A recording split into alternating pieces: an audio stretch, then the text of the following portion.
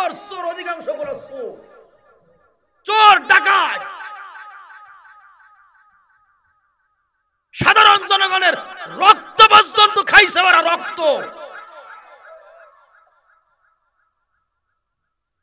হ্যাঁ, আল্লাহ পাক কিছুটা চোর মুক্ত করছে, পরিপূর্ণ যেন কবুল করে, বলি আমিন। আল্লাহ পাক বলেন, চোর যদি নারী হয় পুরুষ হয়, উপযুক্ত প্রমাণ নিয়ে ধরলে পারে হাতের কবজি কেটে যাবে।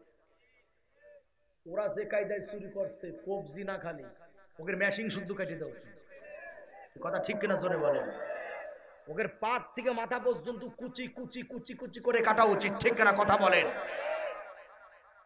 শেষরা চোর, অশিক্ষিত, মূর্খ, বেয়াদব, উচ্ছৃঙ্খল, সন্ত্রাস, এই ধরনের লোক এদেশে এমপি মন্ত্রীগিরি করে গিয়েছে। আল্লাহ পাক ধুয়ে মুছে সাফ করে ফেলেন। আল্লাহ পাক যেন সত্যিকারের রাষ্ট্রনায়ক আমাদের জন্য কবুল করে, বলেন আমিন। হযরত আলী বললেন, খাবার নাই?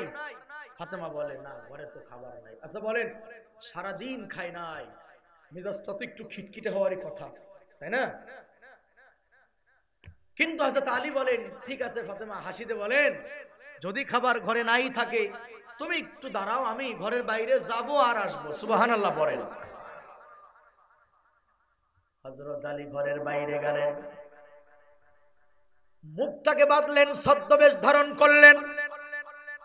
আল্লাহর হাবিব বলেন, আল কাসিম হাবিবুল্লাহ, যে ব্যক্তি নিজের হাতে কর্ম করে খায়, হালাল কর্ম করে খায়, আল্লাহর রাসূল বলেন ওই ব্যক্তি আল্লাহ পাকের বন্ধু হয়ে যায়।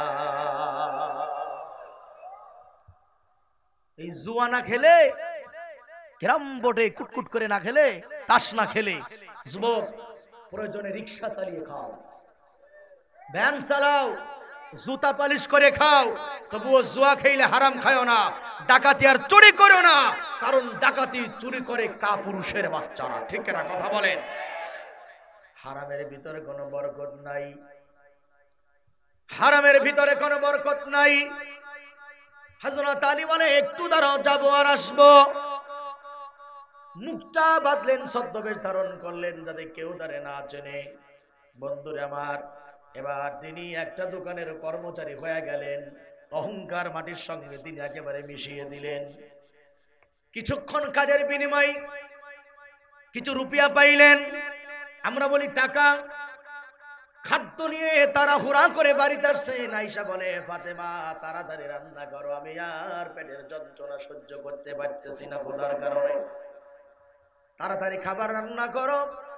হযরত ফাতেমা তাড়াহুড়া করে খাবার তৈরি করলেন। ধরে নেন রাত প্রায় 10টা বেজে গিয়েছে, এমন টাইম হযরত আলী হাত মুখ ধুয়ে ওযু করে খানার আশায় বসে আছেন। এমন ক্ষুধা পেটে আলী যেন সহ্য করতে পারে না। খাবার তৈরি, গরম গরম খাবার তৈরি হয়ে গেল। হযরত আলী রাদিয়াল্লাহু তাআলা আনহু বিসমিল্লাহ বলে কেবল খাবারের টুকরাটা মুখে দেবে, এমন সময় ঘরের বাইরে কে যেন ডাক দে বলে, বাড়িওয়ালা আছো নাকি? আমি আজকে সারাটা দিন কিছুই খাই না, আমার একটু খাবার কি দেওয়া যাবে? আল্লাহু আকবার বলেন।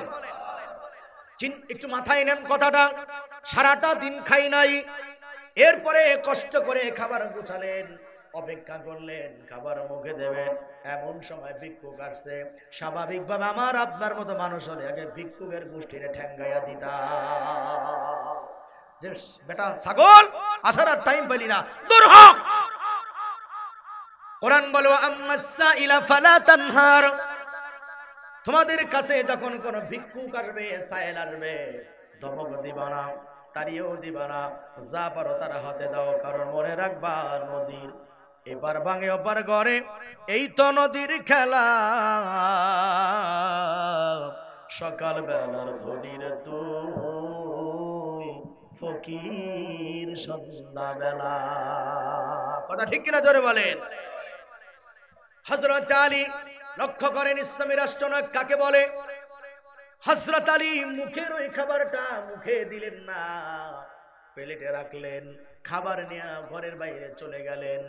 এবার ভিক্ষুককে বসালেন, হাত মুখ ধুয়াইলেন আর বললেন, খাও, আমি তোমার খাওয়া দেখি। আল্লাহু আকবার বলেন মিয়া। হযরত আলীর সামনে ভিক্ষুকটা খানা খাই। হযরত আলী তাকায়া তাকায়া দেখে আর মুস্কি মুস্কি হাসে। সুবহানাল্লাহ বলেন। দাড়িওয়ালা টুপিওয়ালা রাষ্ট্র কেমনে চালাইছে শুনে নাও। ভিক্ষুকরে খাওয়ায় আর আমার দেশের নেতারা ছেলে মেয়েরে বিদেশে পাঠায়, পড়াশোনা করায়, দেশের জনগণ রাস্তায় ভিক্ষা করে খায়, ফুটপাতে রাতের বেলা রাত আর দিন কাটায়। কথা ঠিক কিনা জোরে বলেন। হযরত আলী দাঁড়িয়ে আছেন, ভিক্ষুক খানা খাচ্ছে, আলী দেখতেছেন। খানা খাওয়া শেষ হয়ে গেল। শেষ হওয়ার পরে হযরত আলী বলে, কেমন খাইলা, কেমন লাগলো? ভিক্ষুক বলে, আলহামদুলিল্লাহ। এই কথা শোনার পরে হযরত আলীও তিনিও কয় আলহামদুলিল্লাহ। কোন আলহামদুলিল্লাহ? ভিক্ষুক তো জানে না আলী সারাদিন খায় না, এটা তো ভিক্ষুক জানে না। এবার হযরত আলী খালি প্লেট টেনে ঘরের ভিতরে চলে গেল। যাওয়ার পরে হযরতে ফাতেমা আলীর দিকে তাকায়া মুস্কি মুস্কি হাসে, আলীও হাসে, ফাতেমাও হাসে। কিছুক্ষণ পরে হযরতে ফাতেমা জিজ্ঞাসা করে, খানা কি খাইছে ভিক্ষুক? আলী কয়, সব টুক খানা ভিক্ষুক খায় নিছে। ফাতেমাও শোনা কয় আলহামদুলিল্লাহ। আরে যেমন রাষ্ট্রনায়ক তেমন তার ঘরের স্ত্রী। আমাদের গুলা ছিল চোর, চোরদের একটা বউ ছিল চোরনি আর ডাইনি। বন্ধুরে আমার,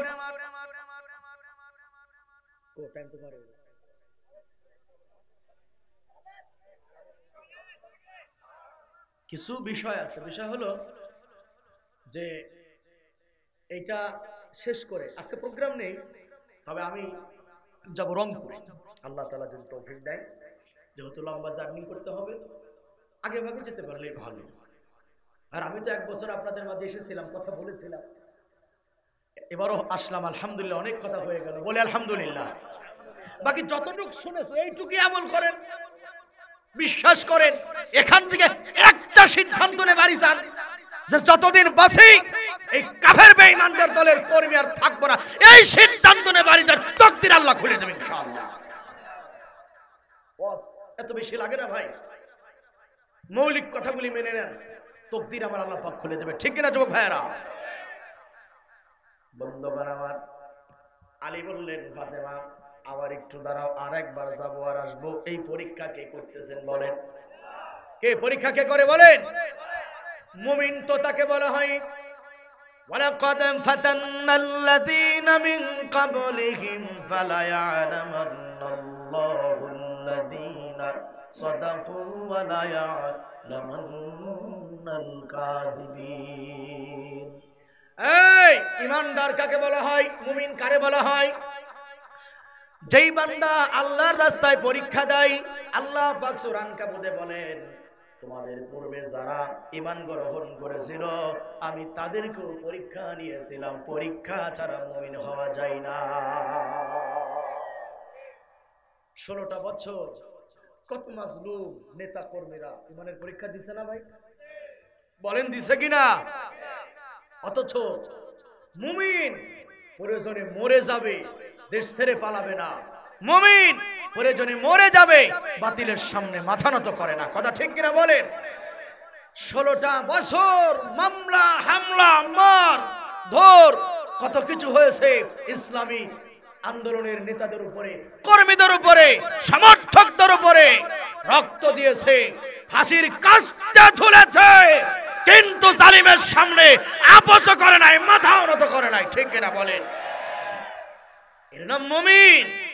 কারণ মুমিন জানে ইসলামের জন্য বাঁচলে গাজী, মরলে কি ভাই? মরলে কি শহীদ। কোনটাতেই লস। আর আউ কিলাহুমা ফিন্নার। আর দুনিয়ার রাজনীতি যারা করে, যেটা মারে ওইটাও জাহান্নামে, যেটা মরে ওইটাও জাহান্নামে। বলবেন হুজুর, যে মারে সে না হয় জাহান্নামী, যে মরলো সে জাহান্নামী হয় কেন? কারণ হলো দুইজনের উদ্দেশ্য ছিল এক। যে মারছে ওরও টার্গেট ছিল দুনিয়ার ক্ষমতা, যে মরেছে ওরও টার্গেট ছিল দুনিয়ার চেয়ার। কথা বল না কেন? কিন্তু ইসলামী আন্দোলনের কর্মীরা যে মার খায় সে ইসলাম প্রতিষ্ঠার জন্য খায়, যে মরে ইসলাম প্রতিষ্ঠার জন্য মরে। কথা ঠিক কিনা জোরে বলেন। এই জন্য আমরাও শপথ নিতে পারি আজকের থেকে বায়াত কি হবে? বায়াত, শপথ, অঙ্গীকার নামা। সময় নাই বলতে পারতেছি না, তারপরে টাচ দেই। আমাদের দেশে বায়াত বলতে আমরা মনে করি যে কোন দরবারে যাইতে হবে, পিসাব রুমাল এরকম বাইরে দেবে, একজন রুমালের আগা ধরবে, বাকি সবাই তার গা, এরপর আরেকজন তার গা হাত দিয়ে বায়াত হবে। এটা তো বায়াতের সুলুক, এটা তো মৌলিক বায়াত না। মূল বায়াত কাকে বলে? মূল বায়াত হলো বায়াতে জিহাদ, বায়াতে মাউউদ। মূল বায়াত হলো প্রত্যেকটা মুসলমান ইসলাম প্রতিষ্ঠার জন্য, ইসলামের উপরে আমল আখলাক সুন্দর করার জন্য আহলে হকের কাছে নিজেকে সমর্পিত করে দেবে ইসলামের উপরে। কিসের উপরে? তবে ফাসআলু আহলা যিকরি ইন কুনতুম লা তা'লামুন। আল্লাহ বলেন তোমরা যারা জানো